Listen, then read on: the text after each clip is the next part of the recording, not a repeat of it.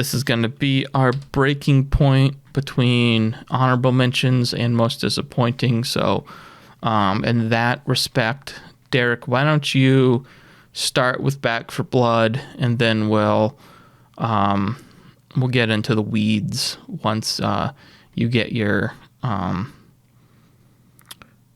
positive vibes in. Yeah, that sounds good. Or should we call it Left 4 Dead 3? Should we? Yeah. Like I said, this is probably worked out perfectly like this, that it is on the border between honorable mention and most disappointing. Because while it did look great, it played great, it didn't make my top because there were some choices that I think they've made with it that just didn't quite sit well or were pulled off too well. Mm-hmm. But we'll get back to that in a little bit. Once Lee starts digging into it, we can kind of discuss that part of it. But for the parts of it that shined, were it was fun to play. It was fun to get in there with a group and go through these levels. It did a good job of kind of introducing how they do their formula. We can get point A to point B, adding in their story elements. I had a lot of fun with that. It's just once we started getting to the actual differentiation of characters and their play styles were highly based around having these cards, but earning the cards didn't seem like it came fast enough for you to make each character feel unique, to where you kind of had to keep playing the same sort of style depending which of these different characters / classes you kind of were using. Mm-hmm. So that's what kind of kept it short from being on my top. Yeah, so as in terms of being the successor, so to speak, of Left 4 Dead, where does it sit for you? Is it good enough to say that Left 4 Dead, Left 4 Dead 2 are completely off the table, or is it different enough to keep those older games still in your heart? I think the older games will still stay in my heart because they're some of the ones where I found a lot of friends online gaming. A lot of the people that I still game with, kind of came from playing through those games and meeting them there. Mm-hmm. But it definitely does it brings back that series. But I think it just has some drawback points that kind of keep it from being as top tier as those first two were loved. Yeah. All right. Well, let's get Lee's take here. What do you think about Back for Blood, Lee? Back for Blood. It's so disappointing in Back for Blood. For me, Left 4 Dead was kind of that Xbox killer app. I played Left 4 Dead at friends, and I'm I'm going to go and buy an Xbox 360. Sod this. I have real reverence to that. I do prefer 2. But they're just sweet spot games for me, and this seems to, we all talk about spiritual successor and stuff like that. They so lent into the fact that, guys, we're doing Left 4 Dead, but we can't use the name. Mm-hmm. That everything they've added seems to kind of muddy the waters of what made those games good, which is kind of the simplicity of it, really. Mix it up with the cards and the stopping every 5 seconds to what makes your guns the gunplay not being weirdly unsatisfying compared to the originals. Mm-hmm. I'm not enjoying the layouts of the levels so much, finding them a little bit rambling and a little bit kind of unnecessarily twisty-turny, buggier than it should be, still buggier than it should be. There's just something that just did not work for me for this. I'm not sure what's missing. I don't like the kind of the I just don't like it. I don't know what doesn't work. I don't know what doesn't work about it, but I just find it massively unsatisfying. I'd say I'd agree with you is that the card system. It's a busy work. Kind of going away from having the perks that the other characters had in Left 4 Dead. Yeah. It's just the card system's super tedious and doesn't let you, you know, build up your character the way you want it quick enough. Like, you have to invest a lot of time into even getting or hoping to getting, like, the card sets that you're looking for. The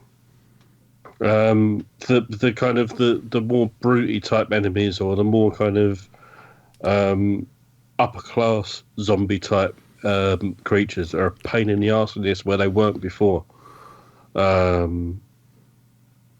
kind of corner you in all the wrong ways, and something about it just does not work for me. I think, I don't know, it just feels really scrappy to me. It doesn't feel very refined at all. It just feels very unfinished, I would say. There's definitely a kind of unpolished nature to it. I don't know. Did you play it, Ryan? What did you think? Well, what I played was that it was like a beta or whatever. I knew coming out of that it wasn't going to be my kind of thing. But and not to mention the fact that I had a lot of performance problems with that beta. That on PlayStation 4 Pro specifically, that thing ran like dog shit. Like, I couldn't even believe how, like, the frame rate that was running at. There's something up with the input lag on the controls even and stuff like that. It was a real turn off. But I ended up during the open beta, I checked it out on PC and it ran much better there. But yeah, it's just not my kind of thing. Like, I'm not a, I guess to put it kind of bluntly, I'm not a mindless shooter kind of person. Like, I never got into like the arena shooter things, like, you know, like Serious Sam and anything else like that. That was just like throwing like tons of enemies at you and you just shoot them. Like, what was that game that came out? World War Z. I never, like, just looking at that game, I was like, I don't care about this. I'm not gonna. This looks like the most boring, tedious thing. It's like why I bounce off of like a game like The Division. Eventually, it's just like too much. Too much of the same thing, like bullet sponge enemies and stuff like just like not my thing. But I will say that, you know, there was obviously a lot of hype around this game because of its pitch as the next, you know, spiritual successor to Left 4 Dead. And I feel like the hype fell off quite a bit after it came out. Like, I don't hear anybody talking about this game. I don't see a whole lot of even like media coverage of it. And, you know, that obviously doesn't mean for sure that it's not huge, but, you know, you kind of usually see things on the fringes, you know, that it's like, oh, some people are still playing Back 4 Blood, but I don't really see that. Like, Derek, are you playing it regularly still? No, not regularly. So that's why I kind of said, like, it kind of fell at a good point of being like the last thing we mentioned on honorable mentions versus, you know, most disappointing, because I feel it, you know, I'm not gonna lie, it falls in that gray area for me. I just feel like overall it kind of came and went, and I don't feel like it's like when in the future when we talk about Left 4 Dead likes, we're not going to talk about Back 4 Blood. We're still going to refer to it as Left 4 Dead, because I think that's still going to be the one that not only did it first, but, you know, is still considered the torchbearer. Yeah. And, like, we can always see what'll happen too, because I know they still have like quite a bit of content planned for it. And even like when I went back to get the footage, it didn't take me too long to get into matches or anything. So it's not like it's completely dead, but like you said, it's just not being talked about either. Yeah, I feel like with the criticisms and stuff, I think there'd have to be a lot of overhaul they'd have to do to it to get a lot of people to like jump on board at this point. Yeah. All right, well, let's Back for Blood. Let's I guess I'll jump into Sable real quick. This was technically my most disappointing because it was the game on here that I had the most expectations for. This is an indie game that had been in development for quite some time. Has a really striking art style. It's got these heavy lines, animated lines for edges, and cell shaded kind of in terms of the texturing and stuff like that. And the way that the whole thing moves when you're moving is really captivating. The way that the lines move, and it creates this 3D looking space and stuff like that. It's a really, really striking looking game. And leading up to it, I had learned that it was going to have elements of Breath of the Wild, where you're going to be able to climb on anything. It's and then you have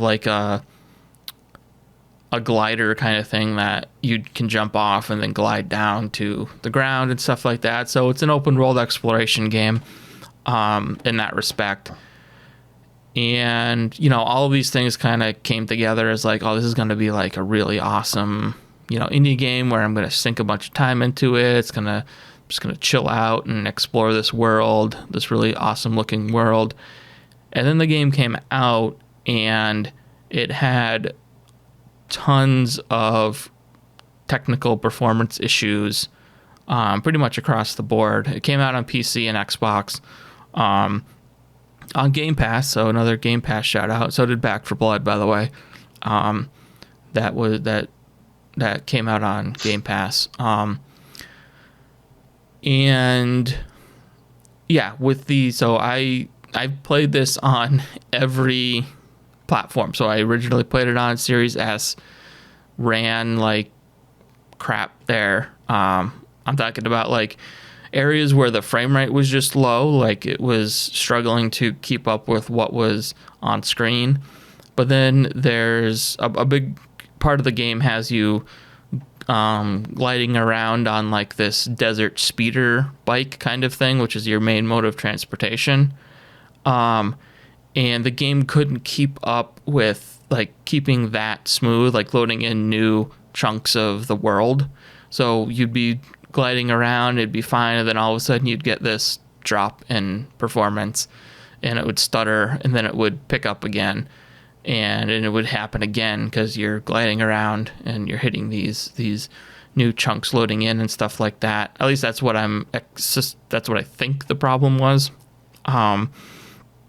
You've seen it in open world games before where, loading in new chunks of the world sometimes drops the performance quite a bit. That seemed like what was going on here. In addition to really busy scenes, just having a generally low frame rate, made it almost unplayable because of how jarring it was, how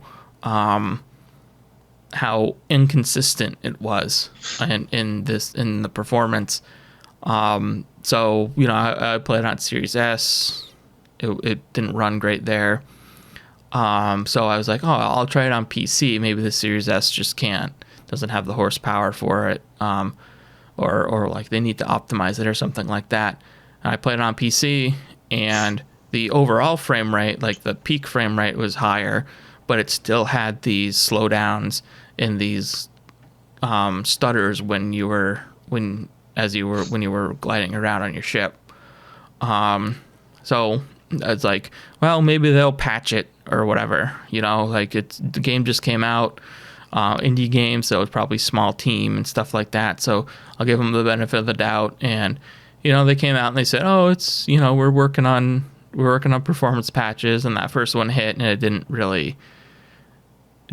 didn't really make that big of an improvement. And just before coming in here, I tried it on PC again, and it's a little bit better on PC now, but it still has some hitching, some slowdown, especially in dense areas, a lot of pop-in, and like, you know, when open world games, they do the thing where they're even fading in like shadow detail at like, you know, you hope that it would be far enough out that you wouldn't notice it, but this is like happening.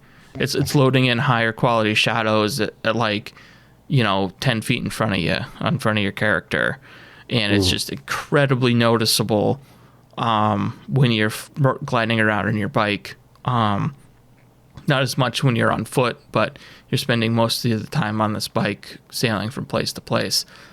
And yeah, still performance problems. On the Xbox Series X, it doesn't run any better, in my opinion, than it did on the Series S when I first played it. It's still got the stutter, it's still got the slowdown. And yeah, it's a big bummer because what I have played of this game, because I keep going back to it, I keep really wanting to give it a shot. I'm enjoying because it's a really cool, like, open-ended exploration kind of game. There's things to find out there. You know, it's not as dense or varied as a Breath of the Wild or some other, you know, bigger budget open world games, but there are things to find, and you can upgrade your bike, you can upgrade your character a little bit, you can find different clothing options to make your character look unique and stuff like that. And you know, it's a cool world. Like the lore they've set up is neat. You're like this nomad tribe, and you're going on what they call the gliding, which is like your coming of age, kind of your journey out into the world and figure out what you want to become for your life, like your profession kind of deal.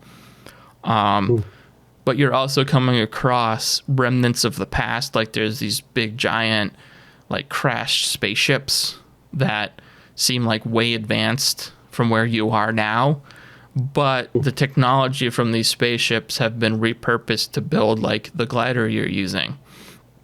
So you can like explore these spaceships that are crashed in the middle of this desert world, and maybe you'll find a little audio log or a text log that will give you a little information on the previous world, like the way the world used to be or something like that.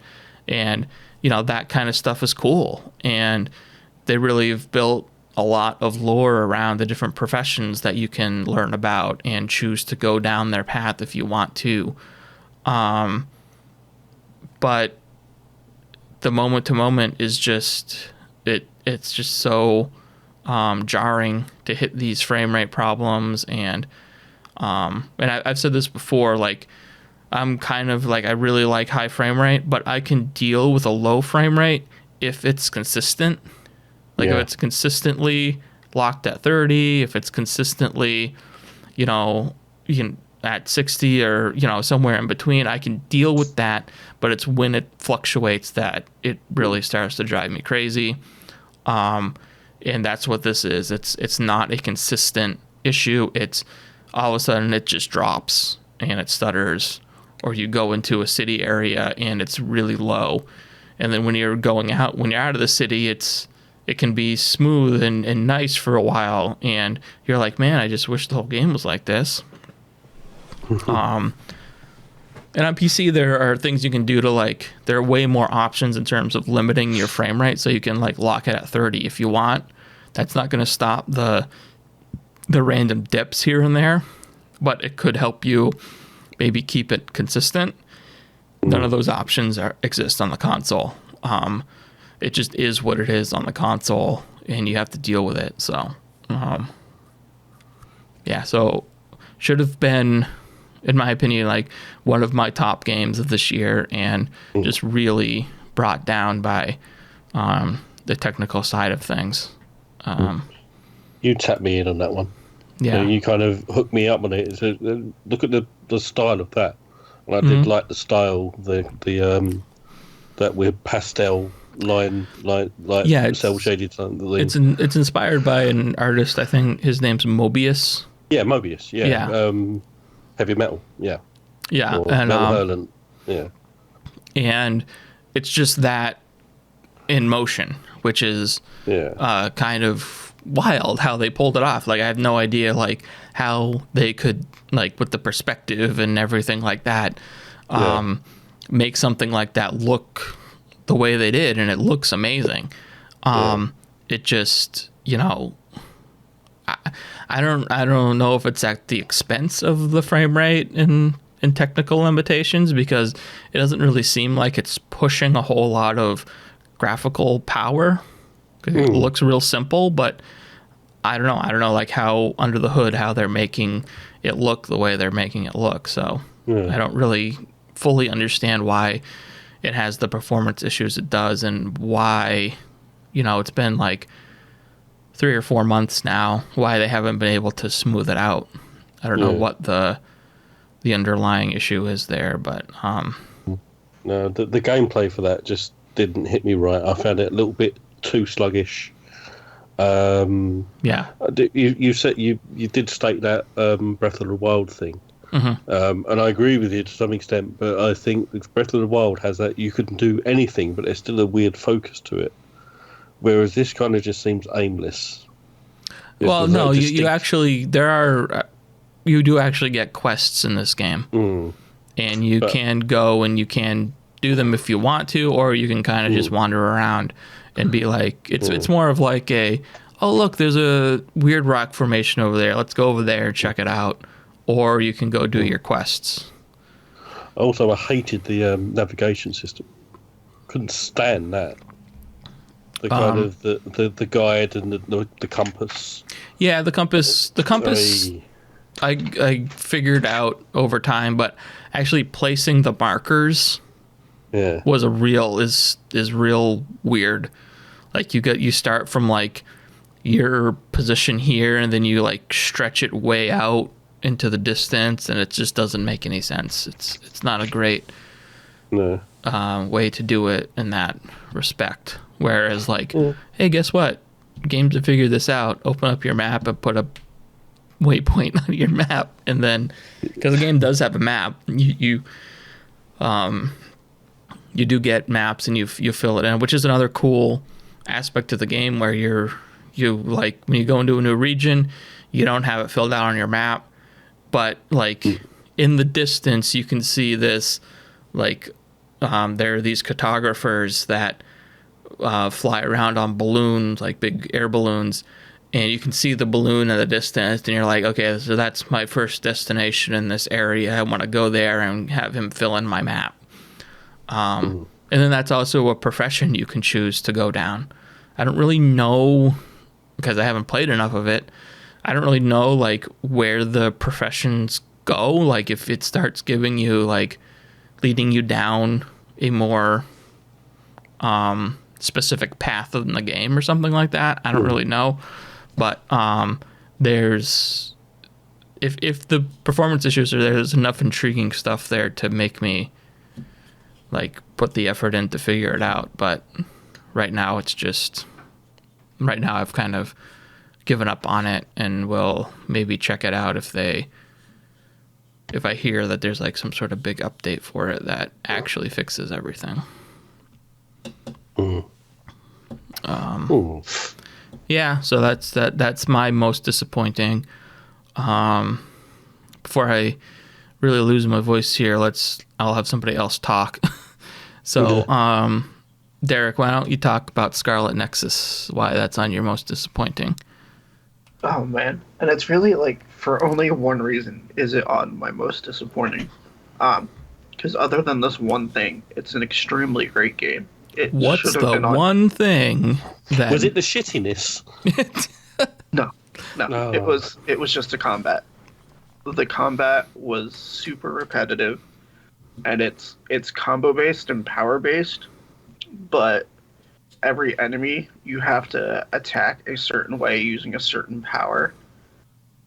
And you couldn't really mix it up. You had to do it those certain ways. You had to use those certain powers. Mm-hmm. And it was just every battle was like that. It got to a point where it was more tedious trying to remember what you were supposed to use against which type of enemy for it to even be fun. Yeah. And then you'd come into like some of the boss battles and you'd have the boss you're trying to focus on, which is one way. Then they bring in some more enemies, so you're trying to figure out which move you've got to use on them. And it just got to a point where it wasn't fun. And they'd throw these encounters in they'd use them a lot. Yeah. So even when you were out just like exploring, you'd like do an encounter and get done it, go turn another corner, and then all of a sudden you're in an encounter with all these different types of enemies again. Mm-hmm. And it really dampened what could have been a very, very good game. Which, for some people it could be a very good game because the characters were great, the visuals were great, the story was pretty interesting, the sound design was awesome. Yeah, I remember you were pretty high on it when you first checked it out. Yeah, and it played very well. It's just this one thing with the combat that it just got to a point where I'd go through, I'd make it through, and then I'd die because of not being able to pull something off right. And I'd just be like, really? So you'd come back in, try to do it again, it would happen again. Then you'd make it past a couple more things, and then come back to this. And then you'd die to it again. And even when I came back to it, I got the footage for this. And I was like, oh, okay, I'm having an alright time, let's keep going. And then I ran into it again where it just got super tedious. These fights were super long for no reason. Mm-hmm. And it just kind of really dampened it for me. Yeah. Yeah, that's rough, especially when that's pretty much like what the whole game is, right? Yeah. Yeah. There's combat. A lot of it is combat.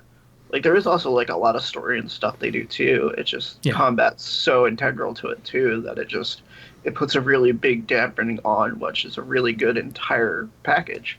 Mm-hmm. Yeah, no, that's a bummer, but at least you didn't have to spend another 160 hours on a JRPG. Yeah. I'm not even sure what I'm up to because I'm close to. I think there's 12 chapters in this, and I think I've done 10 of them. Oh, so you're pushing through it anyway. I just kind of try to every now and then just I came back and I did a chapter or two to get this footage. Yeah. And then I'll probably come back in a little bit once it's gotten out of my mind. Mm-hmm. Come back to it where it seems like it's kind of fresh and try to push on once you've forgotten it sucks. Again. Yeah. Yeah. Like I said, it's just that's why it's here and most disappointing because it has the potential to be so good. It's just these decisions they've made with the combo and power system as far as attacking the enemies and enemies being resistant to a certain thing. It's just it seems very overkill. It's very one end or the other. Mm-hmm. You've either done the right thing and you're knocking the shit out of something, or you're not doing the right thing and you're getting your ass kicked. Story of my life. All right, so that was Scarlet Nexus. And now Lee, why don't you tell us why Guardians of the Galaxy disappointed you, despite the fact that it looked like a piece of shit even before it came out, but then actually got a pretty good reception overall. Well, it's because it got such a good reception after the fact that I was disappointed, because I kind of built my expectations up higher than originally, a lot higher than originally had, because it came out and everybody went cock a hoop for it, and it was it's my game of the year. I'm like, oh, that's interesting, I might check this out. And it's fairly standard with it's an exceptionally good, well told story. Mm-hmm. But the gameplay's for the birds for me, to be honest with you. Yeah. I'm sorry, I don't think I understand it's a very well told story. Probably better than the way Telltale did it. Yeah, for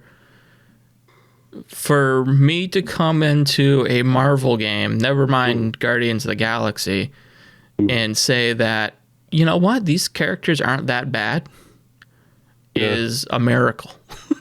Because that's the thing that drives me away from the Marvel stuff, especially Guardians of the Galaxy, is the the overwrought, like, oh, we're giving each other a hard time, kind of bullshit that is just constant throughout that. And they did a pretty good job here. Like, all the characters are pretty well done, and like Drax, I think, is fantastically written and performed. And yeah, just like what you said, the combat is a real mess. It's like, it's so unintuitive. Like, it's the most unintuitive thing I think I've ever played. When it's supposed to be, you know, supposed to make you feel like the opposite of that. You're supposed to feel like you're in charge of these other characters and giving orders, and at the same time executing your own moves and stuff like that. And it's just so not easy to do. The layouts of the levels as well, where you kind of you start at the beginning and it's so incredibly linear. Excuse me, so incredibly linear. It's a linear very game. bland path to a very kind of obvious arena. It's like, well, I'm due for a fight right now.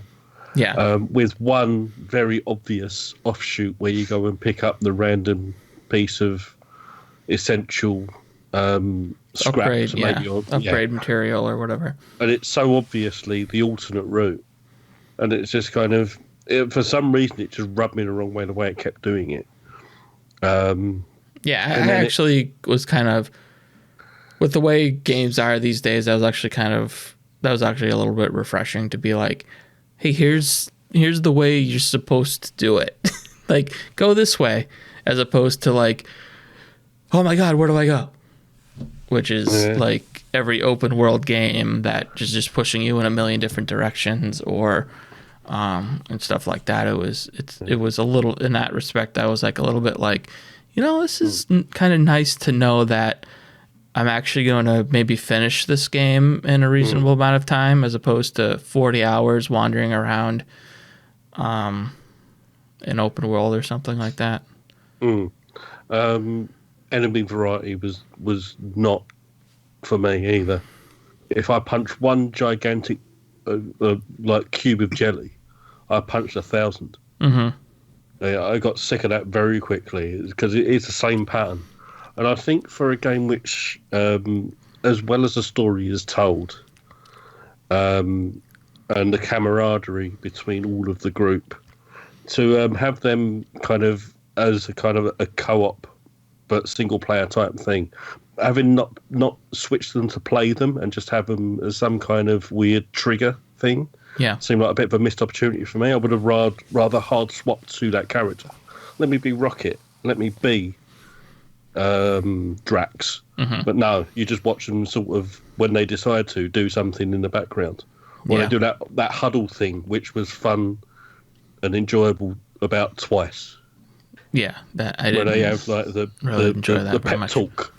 Yeah. Oh, that's fun twice, and then it's like, and it does feel like there's a lot of padding in there. That if it wasn't there, I would call it kind of the older 1886 padding. A lot of walking to pad the game out. A lot of walking conversation, like in-game walking conversational thing. That I feel if it wasn't there, I probably would have finished it in about 6 hours. It feels incredibly short when you take that away.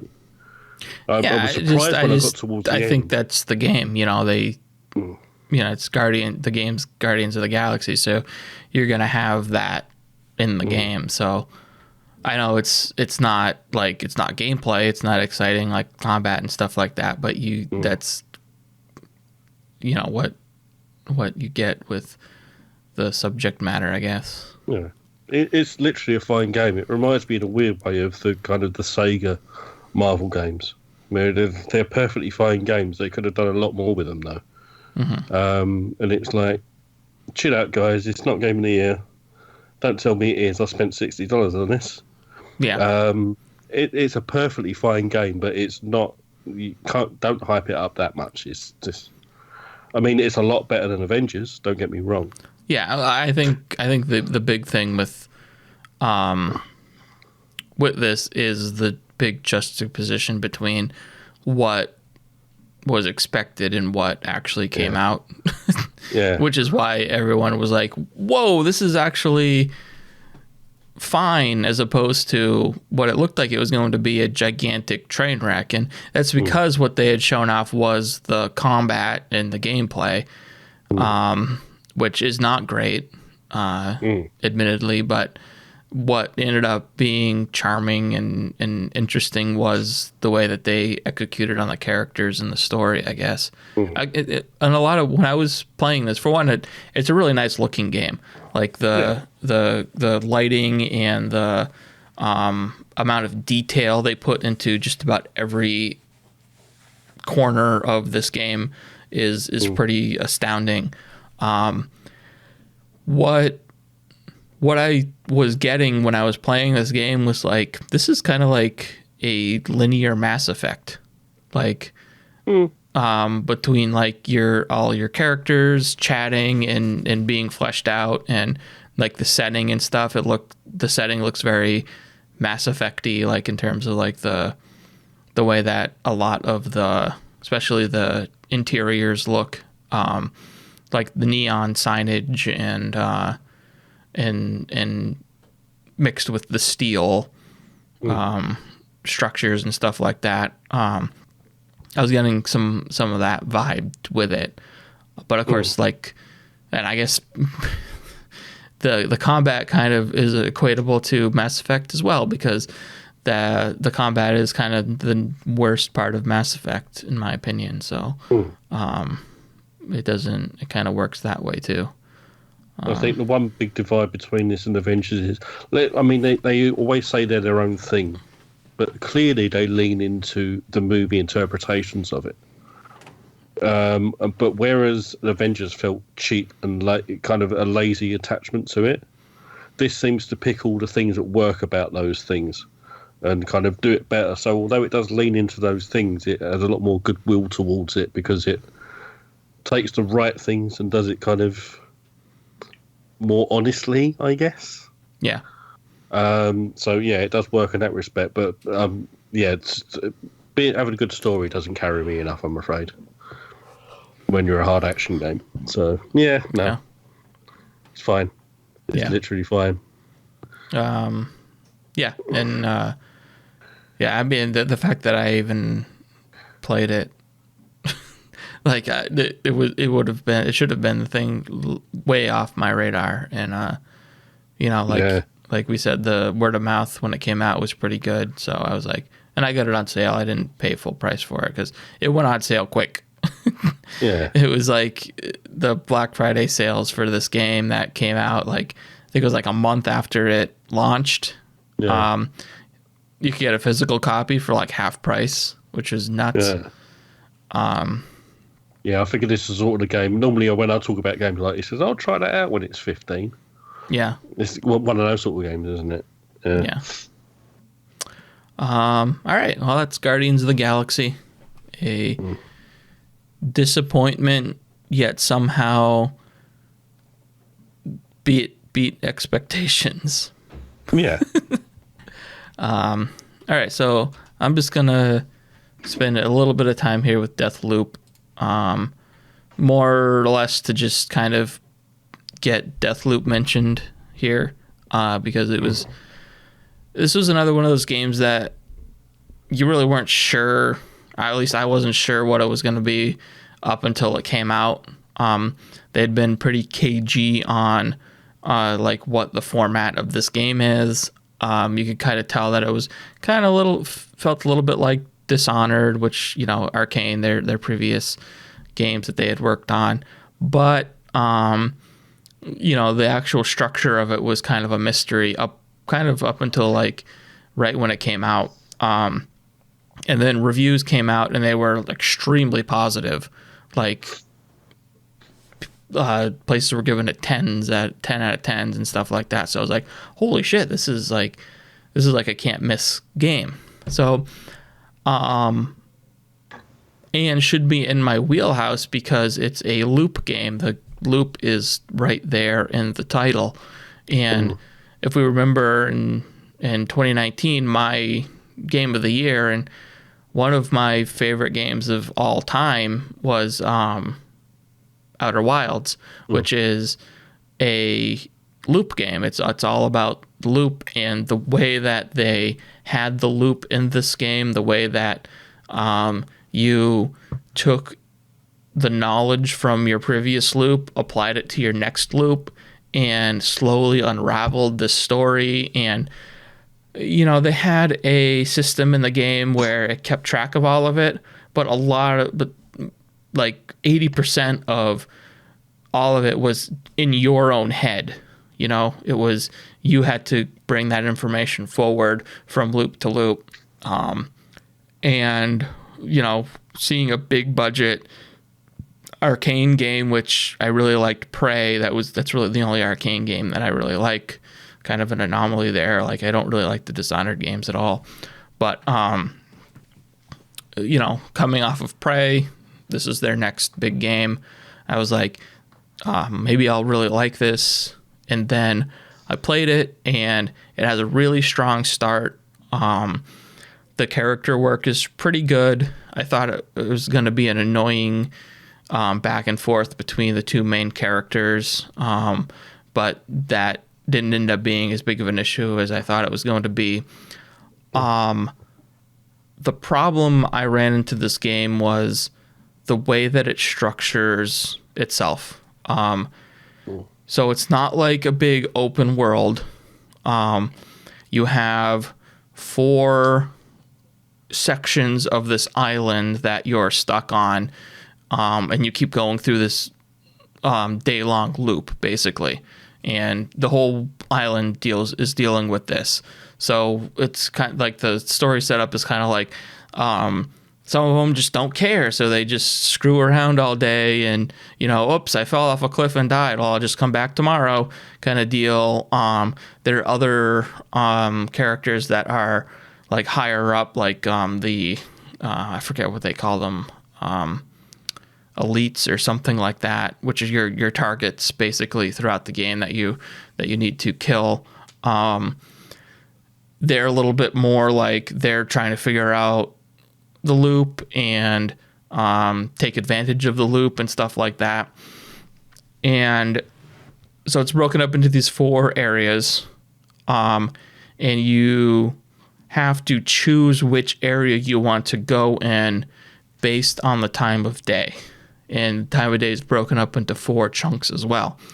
So like you can go into the first area at noon, and it'll be a certain scenarios are going on then. And then in the evening, you go to a different area and certain scenarios are happening there. And that's not really the problem. I mean, it ended up being a little bit of a problem for me. What ended up being the biggest problem is that all of the information that you gather is completely stored in a menu. And when you start the loop, you go into this menu and you're choosing like which leads you want to follow, and you don't have to remember anything that's going on. It is storing all of this information for you.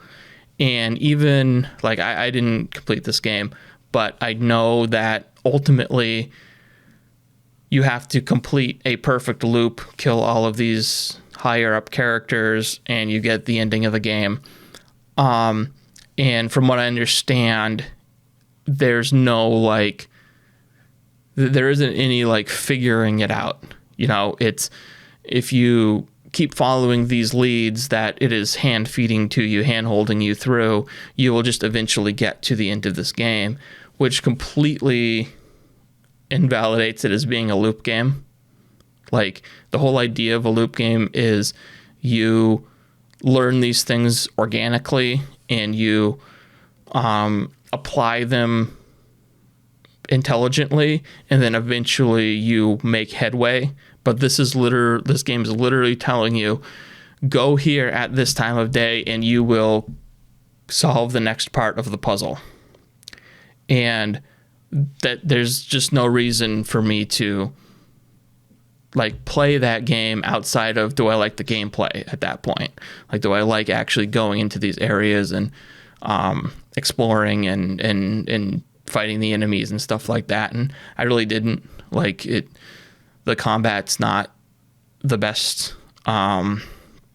It's not bad, but it's nothing spectacular. It's very Dishonored in the way it gives you different kinds of abilities and stuff. Like, there's literally a blink ability that you can teleport instantly over a short distance and stuff like that.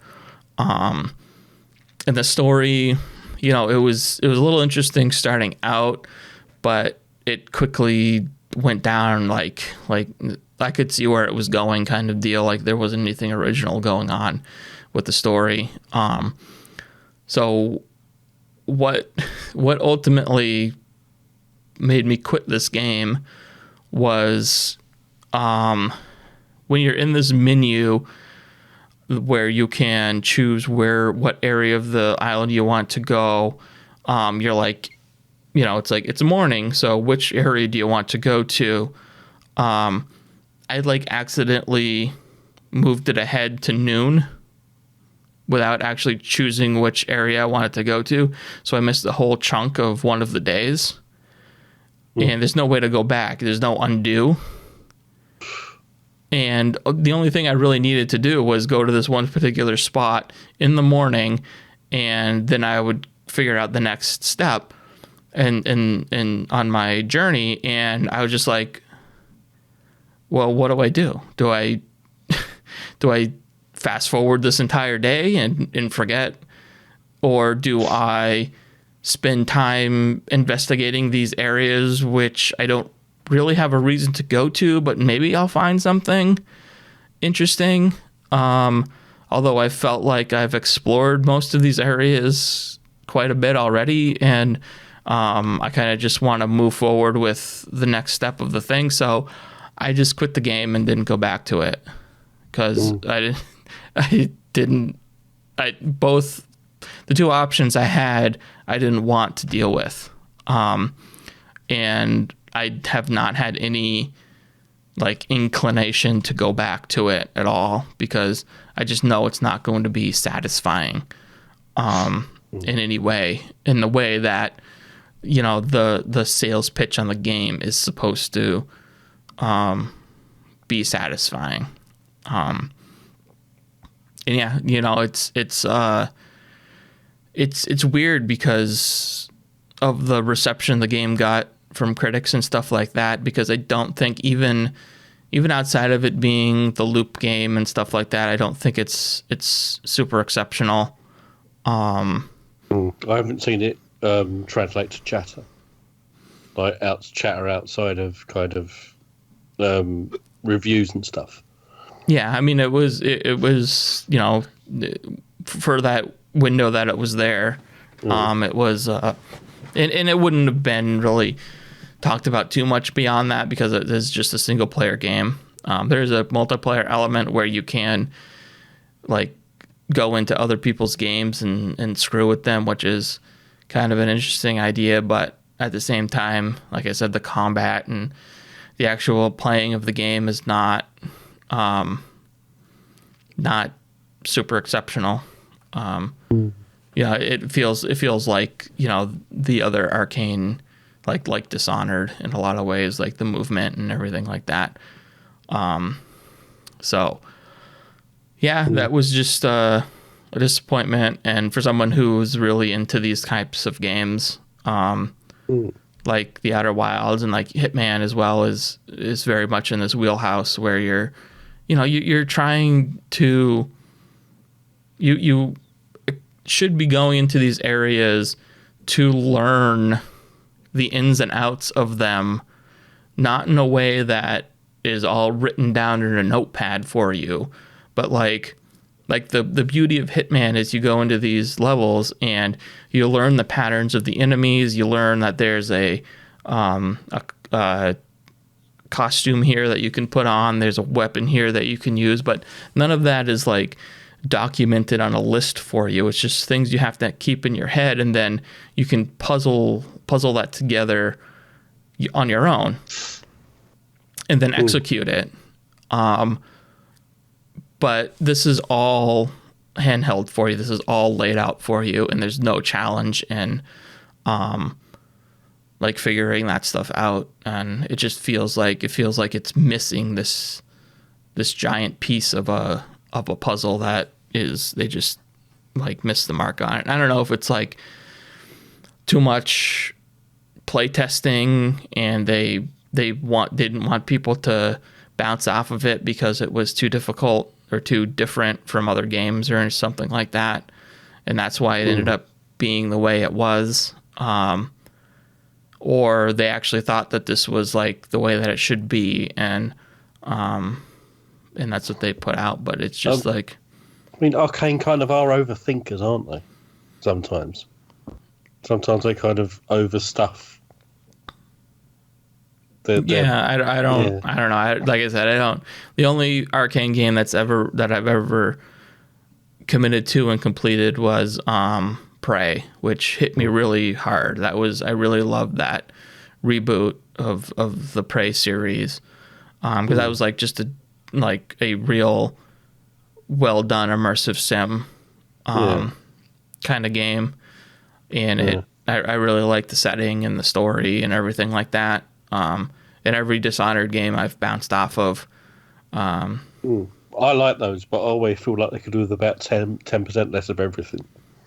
Yeah, and I never liked the whole, if you kill people, you're gonna get the bad ending kind of thing. And 2 seconds into every single mission, it's like, shit, I get spotted. Guess I gotta murder everybody and get the bad ending. I don't know. That was always my big drawback with those games. That's PlayStation only, right? Deathloop? Yeah, PlayStation and PC. That's where I played it. This might be the first year between the three of us that there hasn't been a PlayStation only game in our lists since we started doing this, I think. Considering we had stuff like Ratchet and Clank, it's surprising. Yeah, Ratchet and Clank didn't show up. We went on about Returnal, but that didn't seem to. Yeah, Derek, did you play Returnal? No, I had absolutely no interest in that game at all. No. As soon as I saw what it was, it's like, I already know this ain't for me. Yeah. It's been a weird off year for them this year in a weird way. Yeah. I mean, Ratchet and Clank, I would have, if I had a PlayStation 5, I would have played it. Same thing with Returnal. I would have played that if because it was I know it was a roguelike, but it looked really cool. Like, it looked like the visual and the story of it seemed really cool. So I probably would have picked that up at some point. But I don't have a PlayStation 5, so I couldn't. Oh, well. Yeah.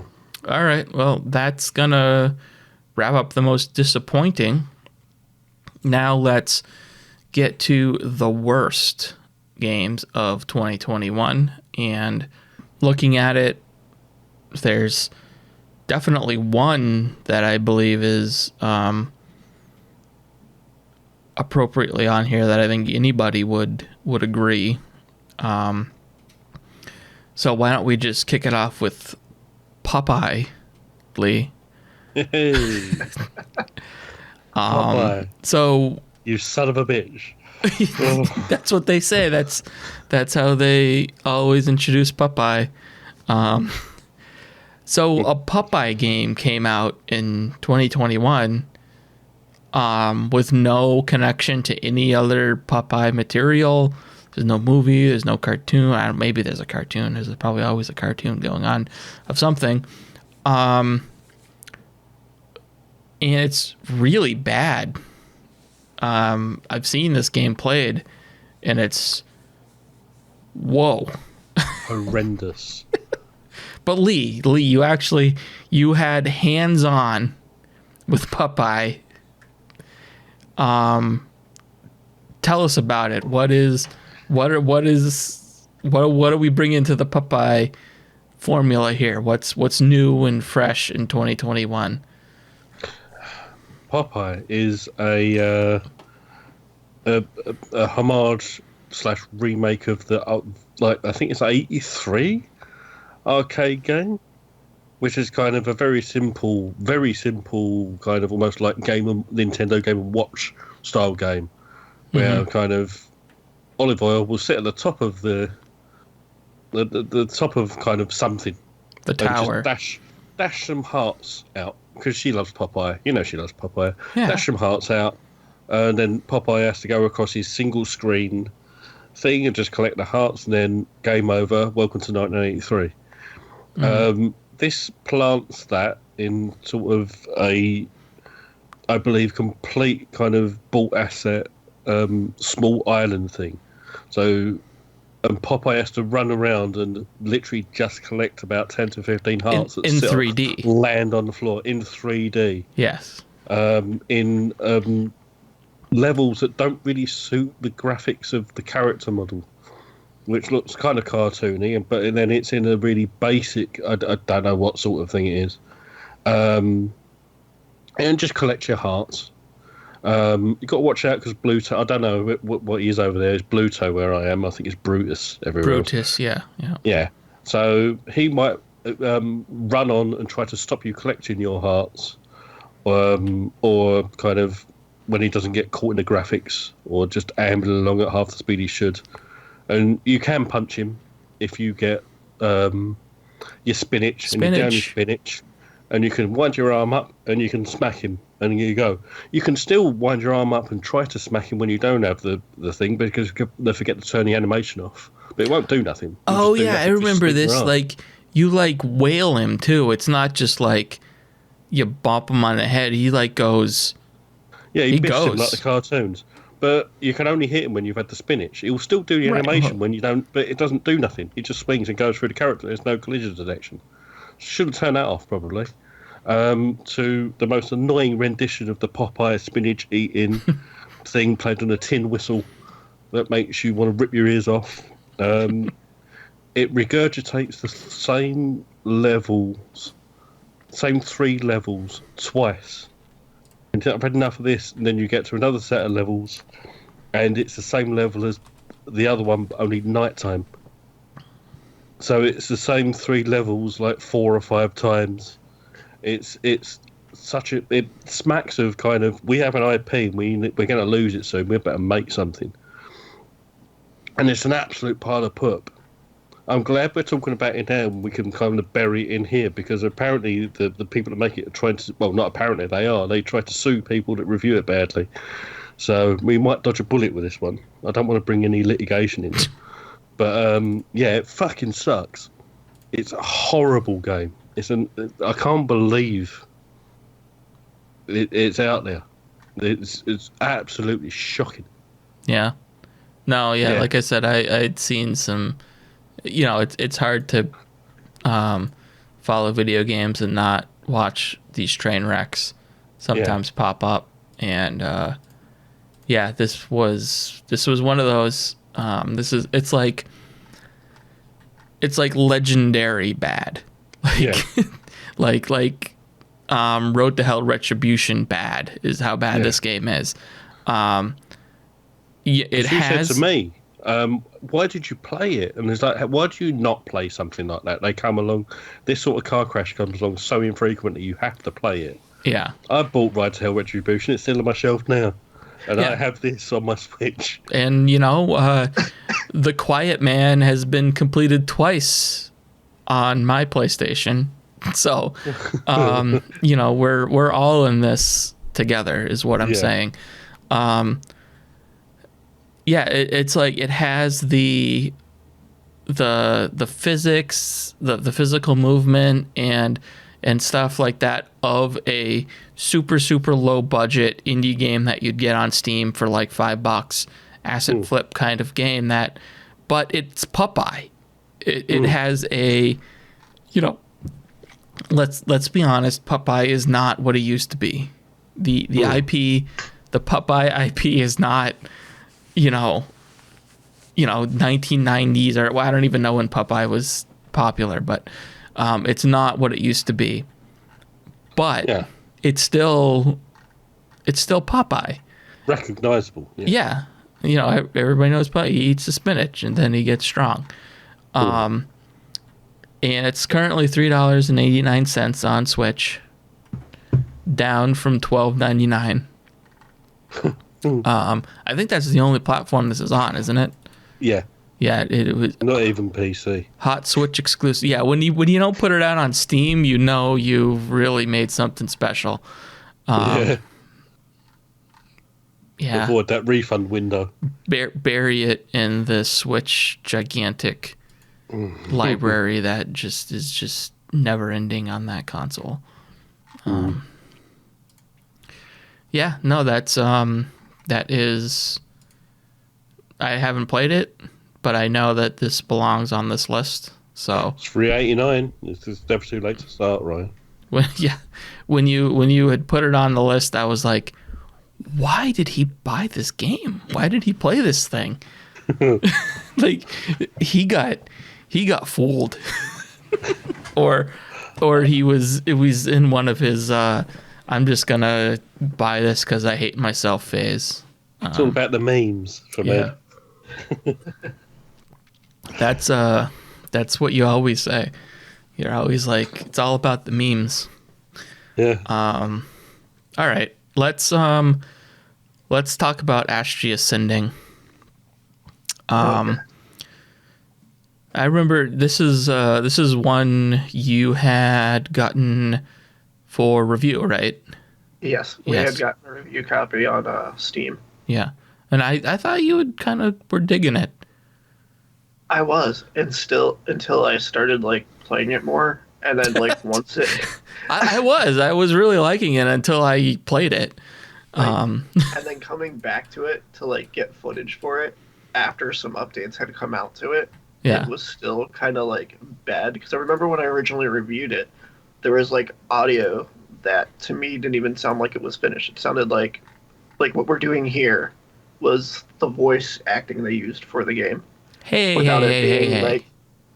like without it being edited, without it being like fine-tuned, anything, but in a video Yeah, game. no, I That's do. it. I do remember you mentioning that. It sounded like somebody had recorded it in their basement and then just sent the Yeah, like you could hear MP3 like over Dropbox the or something echoey- like that.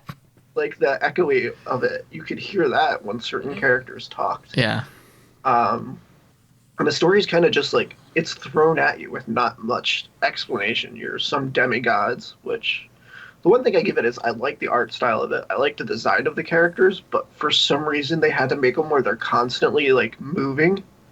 So like even if you're standing still, it's still doing this Oh. like weird like wiggle thing. a couple of frames of animation or something like that. Yeah, and it's just kind of like it's a little bit jarring because then you have this like background piece that's just static until you start moving and it'll kind of side scroll with you.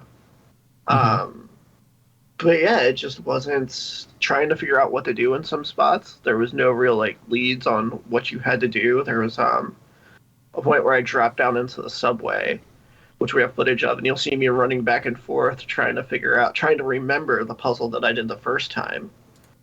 Because it didn't save my progress either. I came back in and had to completely restart. Oh, really? Yeah, because I was a little bit further, so I was like, all right, I'm a little bit further in. I'll just pick it up from where I was and then go on there. Maybe I'll get into more stuff, and I had to redo everything that I did, so I tried to remember it. But like, you have to turn on these little orbs or beacon, and it really doesn't give you any hints or clues that that's what you're supposed to do. You just kind of accidentally get this piece if you go all the way to the left that gives you this power. And then you can come activate the stuff, and then you yourself have to figure out that there's 4 of them you have to hit in a certain order. And it just wasn't that fun. Like there was nothing that captivated me from it. Like I didn't want to keep pushing on because the story wasn't interesting. The characters weren't super interesting. Combat was fun. Combat was enjoyable. You know, that was your RPG type turn-based combat. Yeah, because it was supposed to be like a Final Fantasy kind of throwback game, right? Yeah. Yeah. Yeah, so like combat was good. Combat was probably like the best part of it. But outside of that, it just wasn't enough to hold it. Yeah. With any of those updates, did you know if they improved the audio quality or anything? I think with replaying it, I believe they did fix some of the audio quality because I remember the spots from the first time because they stood out so much. And when I played back through, I didn't get that same feeling. Yeah. It just every now and then it still did feel like a little bit off. Yeah. Like it wasn't quite like what you would expect from like a game audio. Yeah. Yeah, like a little bit higher production. Yeah, and then especially from like a full studio.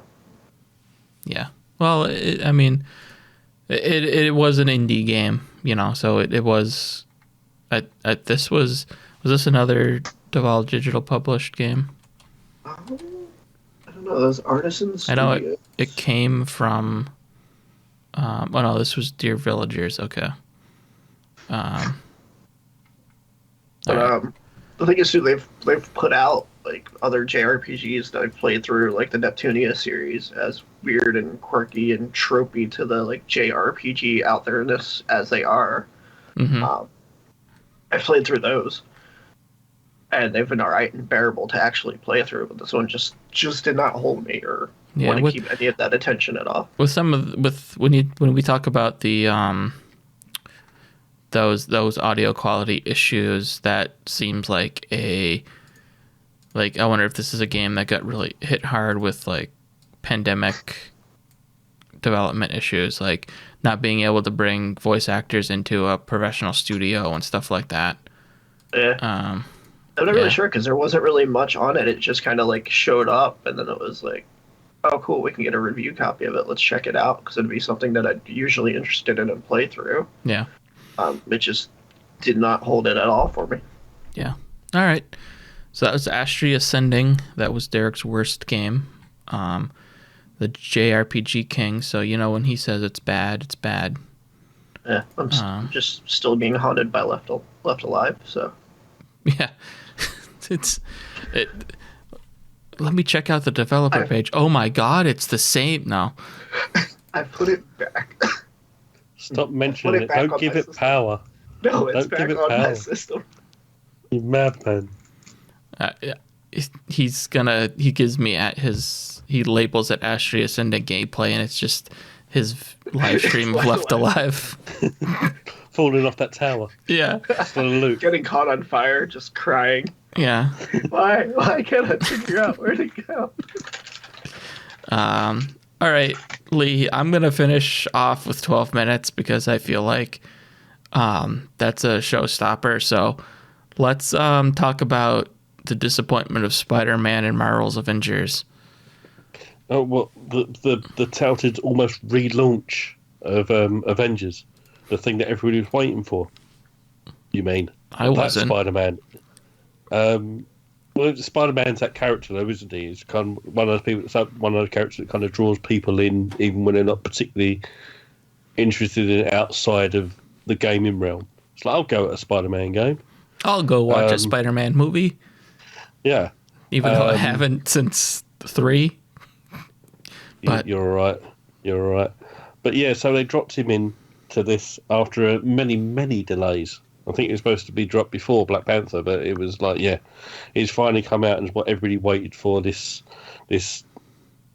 controversy, well, not controversy, but the whole business over the exclusivity of it, and they drop it, and it's a terrible, terrible addition to the game. It's a horrible. Have you tried any yet yourself? no, Did you dip into it? I don't. I haven't played this game at all. Oh yeah. So I know Derek has. Yeah, and for what it was, I enjoyed the Avengers game, but Yeah. I did not come back to check this out at all. No, it's well, the thing about Spider-Man is very dynamic and fast and lithe and nippy and swift, Yeah. and that absolutely does not suit the Avengers game, because they have this weird, almost like tether thing where they don't let anybody get too much. Everybody's kind of nerfed to be in the same sort of realm, so they can all fight at the same level. Mm-hmm. Except Spider-Man doesn't work like that. He's got the web swinging mechanic, and it's a very weird sensation when you're kind of trying to do the swing, and it's got the animation like he's doing a big epic fast swing, Mm-hmm. but it doesn't let you go as far as it feels like the swing goes. because they don't want you to get too far in advance if everybody else is having well behind you having an ass kicking. So there's a disconnect. So the swinging doesn't feel right, which is one of the big things about Spider-Man, and it has been since the kind of the PS2. Yeah, I mean you got to get the swinging right. Yeah. How's the swinging? That's all I hear about. Yeah, it's really lazily done. He looks like a toy compared to the rest of the character models in the game. He looks like a plastic toy. He walks like he's shit his britches. That's just Spider-Man. He really looks like he's dropped a deuce in his suit. It's terrible. Obviously, you got the dynamic web shooting thing where he does that double-handed web shooting thing, and this he looks like your mother playing Wii Fit when he does it, and it's like it just all feels horribly wrong. And I think the worst thing about it is the laziness over it, because they've decided, I assume, it's because it's not a multi-platform thing. They said, right, we're not going to do a campaign for him. We'll just chuck him into the multiplayer mode. So everybody was waiting for with the PS4 drop or the PS5 drop, they've been cheated out of it as well, because they don't get anything like what the other characters have got. So if you bought into that one specifically to play that on the pretense you're going to get what everybody else did, you've lost as well. So they've got chipped. Yeah, it's a complete waste of time after all that hype and all that build up. It was a complete waste of time. And I think it's probably just going to go. I mean, I think the player base is in the hundreds now as it is. I would imagine it's going to die off after this. This was the last chance, and they blew it, I think. So, yeah, it stunk. Waste of time. Waste of waiting. Yeah. Thanks, guys. All right. Well, that's disappointing. Something like that. Or maybe worse. I don't know. Yeah, I mean, I didn't really... I didn't really get into that Avengers game at all. I don't think... I may have played a little bit of it. But no, it was nothing ever that I was ever going to really like. And the reception was not great and all that stuff. So it was just the wrong studio making the wrong game. Is really what it came down to. From what I understand, the single player story stuff is not terrible. It's great, but it's such a small portion of it. Yeah, it's the other service game stuff that was not great. It just feels like mandates on top of what they originally wanted to do. Yeah, it really does. Yeah. All right, well, that's Spider-Man and Avengers Lee's worst game of 2021. I'd say you can go play that on Game Pass, but you can't because Spider-Man isn't on the Xbox version. No. All right, let's do this. 12 minutes. I'm going to need 12 minutes to get through this. So 12 minutes is it was kind of shown off for quite a while leading up to its launch, and it I was anticipating it because it looked kind of like a cool adventure game, and it fell into the loop type game that I have grown to love over the last few years. So and it also had some I don't really get too into like Hollywood talent coming into video games because usually it doesn't pan out very well, and when it is okay, it's just okay. I can't think of any instances where a Hollywood actor came in and like really made a game what it is or anything like that. But this has Daisy Ridley as your wife. It has John McAvoy? James McAvoy. As the main character, the husband, and it has Willem Dafoe as the As Willem Dafoe? As Willem Dafoe, yeah, pretty much. As I guess probably the best analog that Willem Dafoe's played is his character in the Grand Budapest Hotel, kind of like a thug kind of guy. All right. But that doesn't have that accent. He basically talks like Willem Dafoe with marbles in his mouth. That's the performance he delivers here. It really feels like they had him for one recording session, and whatever they got out of him is what they used in the game, because there's a lot of weird. He pronounces some things very weird, like has weird inflections on some of his voices, some of his lines. So that he's definitely the worst performance. McAvoy and Ridley, they are fine. They're pretty good in the game overall. But so yeah, there was a little bit of hype around it. Really good art style, really good trailers. And it had kind of like the presentation of the promotion of it was almost a little bit like an Alfred Hitchcock kind of vibe to it, especially with like the art and stuff like that. And so this game comes out, and thankfully it was on Game Pass, so I was able to play it. I didn't have to like decide whether I was going to buy it or not. It was just there. I downloaded it and played it.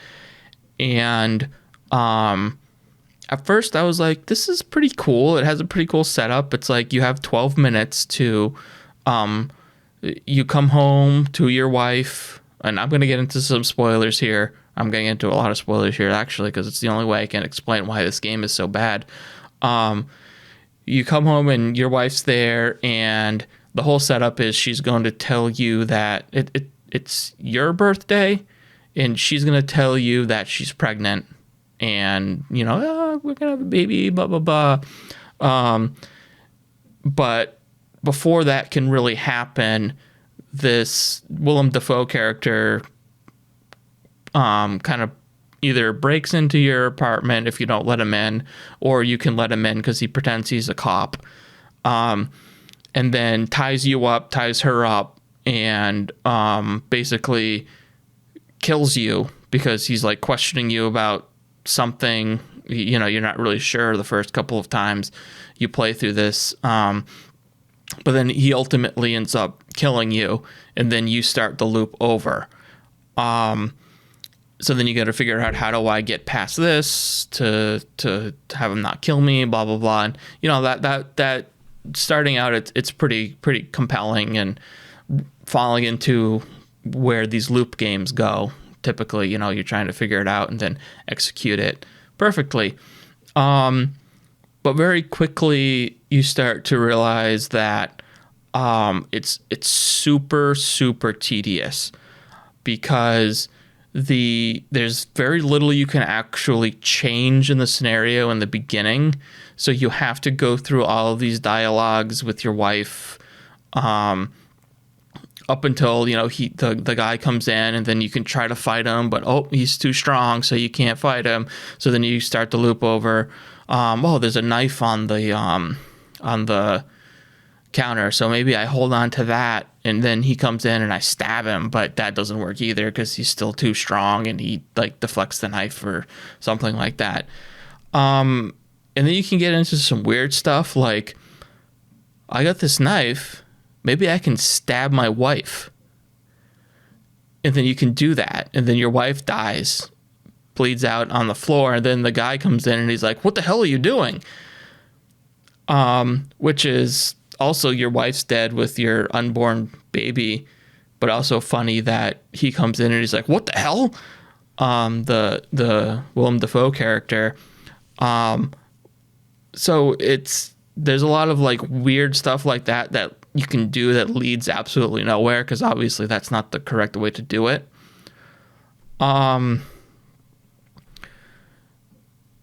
So what ends up being the correct way, however, is giving your wife sleeping pills. So she drinks her water, goes to bed, then you hide in the closet, and the Willem Dafoe character comes in and sees your wife passed out on the bed and is like, what the hell's going on? And then that gives you an opportunity to sneak up behind him and get some information. But that's not actually the solution to the problem. That's just you getting some information to go down a different road. And, of course, every time you have to come into the apartment, talk to your wife, she tells you about the baby, you have this dessert thing that you put out on the table. So you do this over and over again, and the differences between the attempts are not, like, you have to go through these motions so many times that they don't really change. There's no, like, quick convince your wife you're in a loop button or to get you to quickly go to the next stage. There is a point in the game where you can do that, but it's when the game wants you to be able to do that. You can't just, like, figure it out from the beginning. You have to get to a certain point and get a certain piece of evidence that convinces her right off the bat that you're in a loop, so then that at least bypasses all of the bullshit in the front of the game. And there just ends up being a ton of, like, logic loopholes, like logic rings you have to jump through that, like, why would I even think about doing that? But that ends up being the right solution to the problem. And then it turns out, so you're ultimately, like, trying to figure out why this guy is breaking into your house.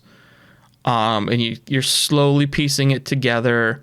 It turns out that he was a friend of your wife's father, who apparently on Christmas she murdered, and then you met her New Year's Eve that same year. Like, within that week, she had, like, fled to the city where you were, and you met her. So that's how you're kind of, like, figuring out, oh, he's actually there for her because he thinks she murdered her father. But that's not actually what ended up happening. Eventually you find out that you murdered her father, and that not only that, but he was your father as well. The fuck? So you're married to your sister, and she has your baby inside of her. That's the big reveal of this game. That's fine. Yeah, completely fine, right? Don't kink shame now. And when I found this out, like, at this point I had already, like, looked up a guide because I wanted to just see where this train wreck was going. Because before that I had already been like, this is not great. I got to see where this goes, the story and everything like that. And then when, like, there's literally a dialogue option that you can choose to tell your wife that you're her brother. And I have a screenshot of it, and it will forever be saved in my archives of screenshots of just the most absurd thing I've ever come across in a game. Even more absurd than throat babies? Oh, yeah. Way, way beyond that. Like, it's weird because when I hear people talk about this game, like critics and stuff like that, they say, you know, sometimes they'll be like, oh, the gameplay is okay. And then they'll be like, yeah, except for or even people in like the Voxel voice group and stuff like that. It's like, yeah, I guess the story wasn't that great. And it's like, what the fuck are you talking about? You're talking about incest.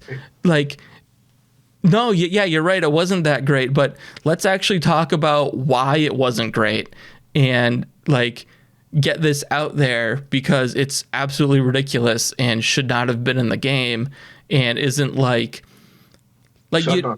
Because I looked up the reviews. It's got an 8 out of 10 on IGN, 53% on PC Gamer, 94% of Google users like this game. I can't figure it out. Like, It's provocative storytelling. yeah, provocative. All right. But it doesn't, it absolutely in no way earns it. Like, there's no indication that it was going in that direction. There's the writing up until that point hadn't been strong enough to justify some twist like that. It just happens. It just happens. And this is where like James McAvoy's like acting ends up being a real where it's stressed the most. Obviously, I mean, no, he just sailed right through that incest part. Like he has to react in this way that, because this is like, so his character had like convinced himself that this hadn't happened. Like, he didn't kill the father, and he didn't marry his sister.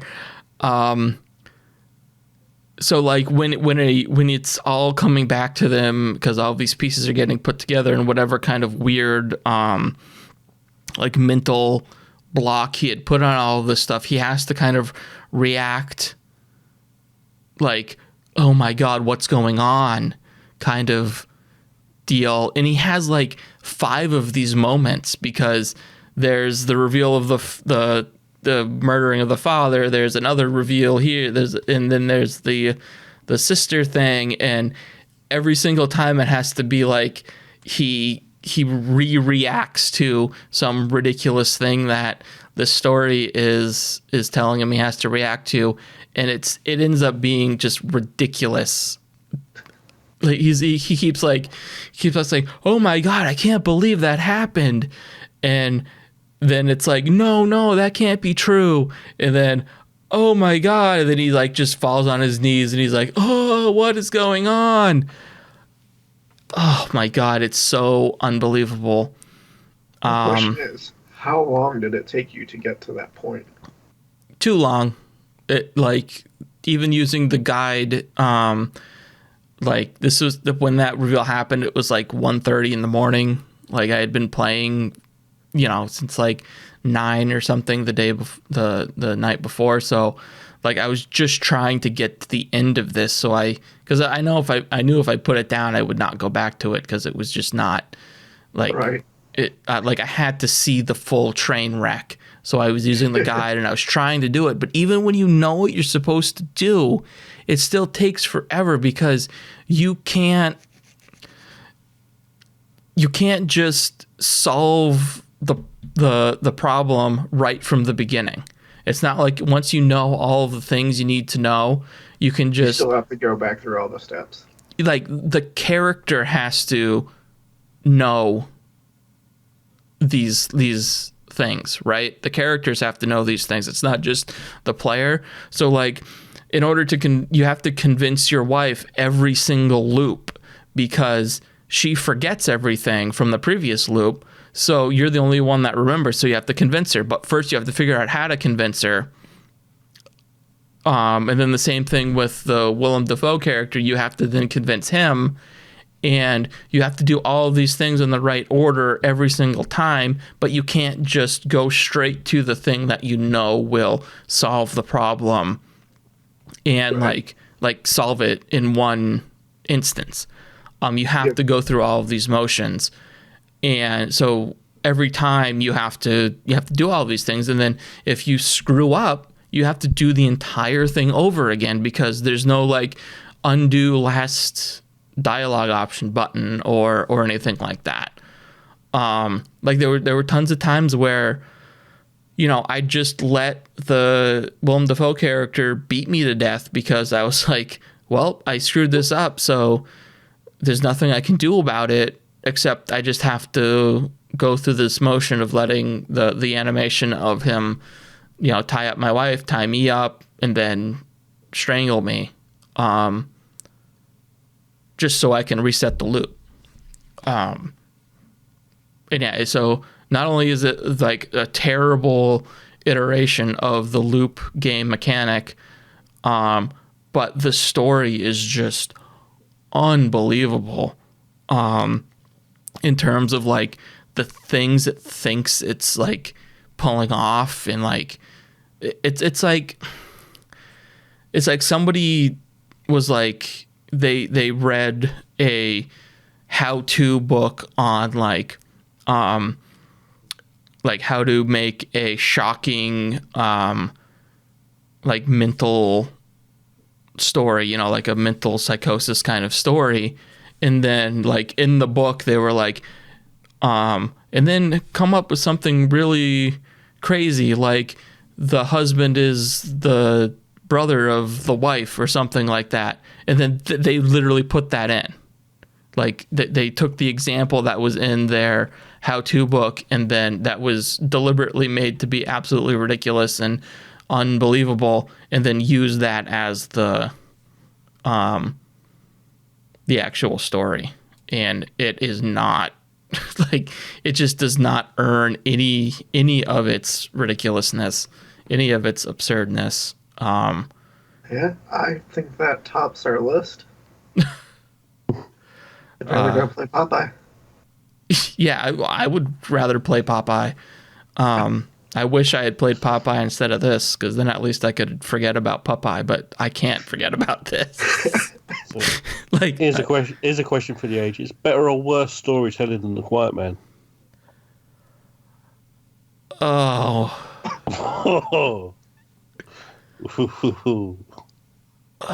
man, it's the same. If you had told me the same person wrote this, I believe you. Because that has all of this kind of weird stuff.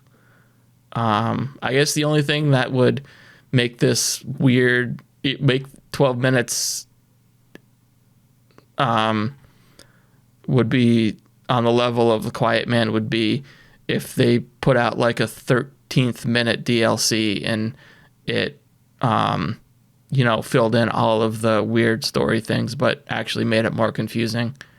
The story's told with interpretive dance. Yeah. 12 minutes the musical. 12 minutes on ice. Just don't bring the kids. Yeah, it's and not enough people are just saying it's about incest. And like, you have to, if it's in there, you have to say it. You can't just rub it off. You can't just be like, brush it off and be like, yeah, the story wasn't that great. Mm. All right. Feel better? No, not really, because it just made me think of the game again, and I want to not. I just want to not, and I can't. Mind bleach. All right, so that was 12 minutes. I think I ranted more than 12 minutes on that. My worst game of 2021, and I guess now that Lee brought it up, the worst game since The Quiet Man that I've played anyway. Boy,